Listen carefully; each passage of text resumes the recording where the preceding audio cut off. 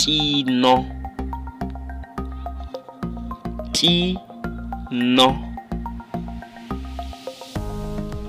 tino. Tino significa dente. Tixi, tixi, ti, xi, yi, ti, xi, yi. Lembra que em Xangana nós não colocamos o plural com yes. O plural de Xangana coloca-se como prefixo. Tixi significa sobrancelhas ou sobrancelhas, ok? Tsolo, tsolo, tsolo, tsolo é joelho. Voco,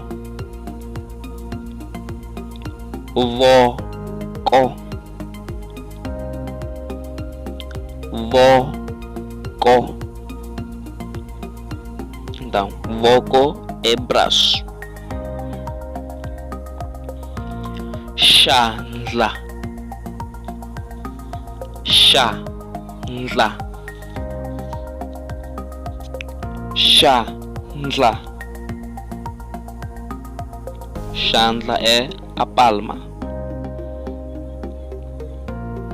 Xibakele, xibakele, xibakele é punho.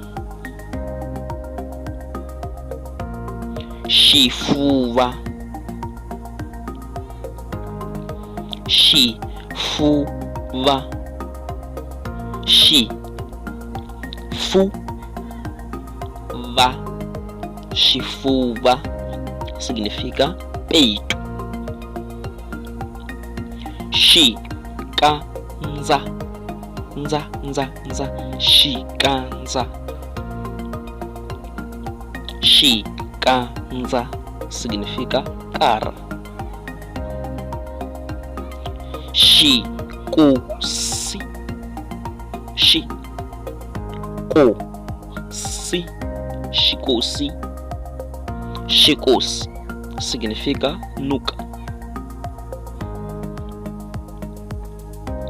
Chikunguana, chikunguana,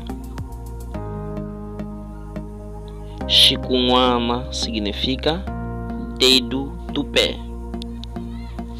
Então, se inscreve no canal, ativa o sino das notificações para você ser o primeiro a receber o próximo vídeo. Deixe o seu like, deixe o seu comentário e compartilhe esse vídeo para aqueles que querem aprender Xangana. Bye bye!